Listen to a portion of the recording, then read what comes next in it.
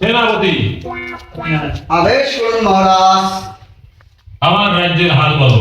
আমি এক্ষুনি কচু বাগান থেকে এসেছি, একটা ছেলে হাঁড়ি দিয়েছে যে কচু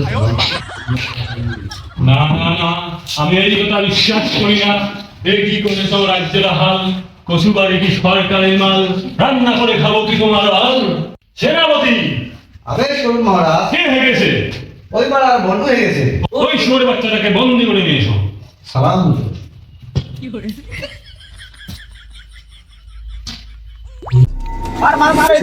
গ্রেপ্তার করবে কে?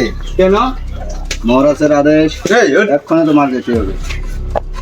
না না না,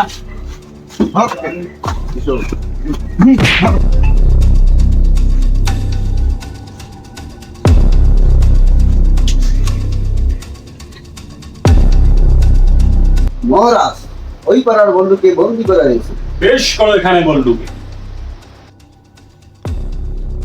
বেশ করো ওখানে।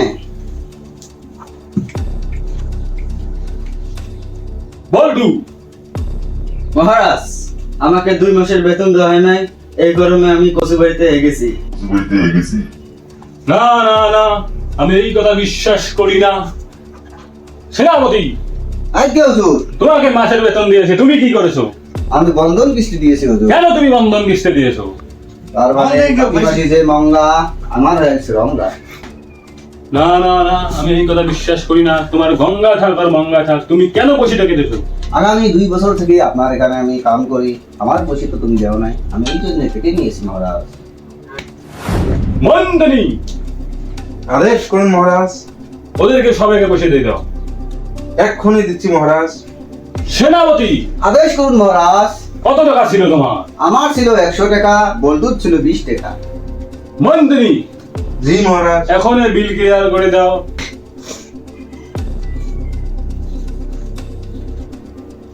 মজা হবে না।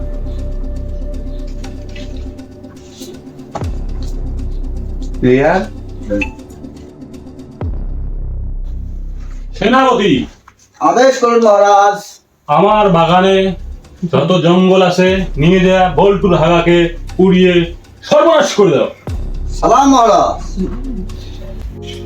তো হ্যালো গাইস, তোমরা সবাই কেমন আছেন? আশা করি ভালো আছেন।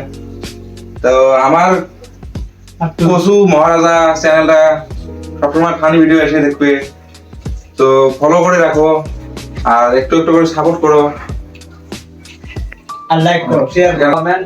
লাইক শেয়ার কমেন্ট সবাই করে দেন।